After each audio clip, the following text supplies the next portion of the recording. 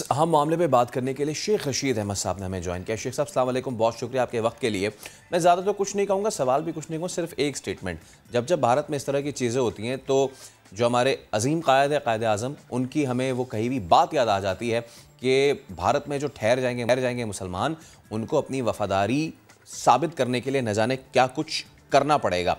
आज से 70-75 साल पहले ये बात हुई थी, अब ये चीज़ ठीक साबित हो रही है। देखिए, हिंदुस्तान के मुसलमान को एहसास हो गया है कि पाकिस्तान बनना ही एक बहुत बड़ी दानिशमंदी और दूरअंदेशी थी।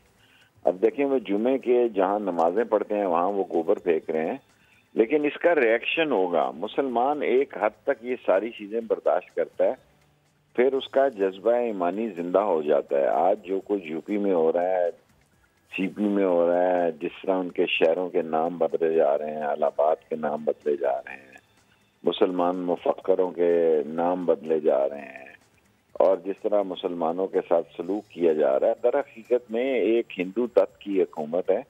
और मोदी ने एक भी बीजेपी ने किसी मुसलमान को टिकट नहीं दिया।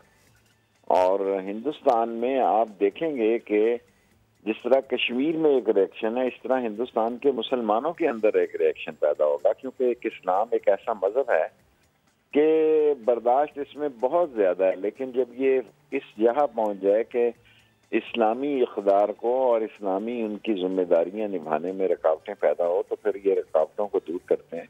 और मेरे ख्याल में हिंदुस्तान अपने गांधी का जो फलसफा था और गांधी के फलसफे के खिलाफ जो पॉलिसी उसने अपनाई है, उसकी इसे कीमत अदा करनी पड़ेगी। शेख साहब, बात सिर्फ एक मुसलमान की नहीं है वहाँ पे।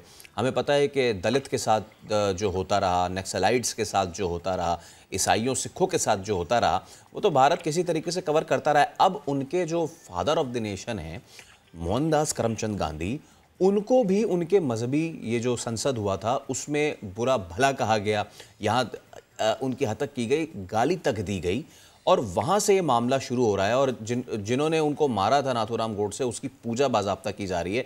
इस पे उठ के उनको कोई बोलने वाला भी नहीं है। तो नरेंद्र मोदी की जो फाशिस्ट पॉलिसीज़ हैं, शायद उन्होंने अपनी कमज़ोरियों को छुपाने के लिए इसको सामने लेकर आए थे, लेकिन अब हो सकता है उनको उल्टी पड़ना ये शुरू हो जाएं। और खाना जंगी की जो बात की नसीरुद्दीन शाह ने, उससे आप कितना इत्तेफाक करते हैं?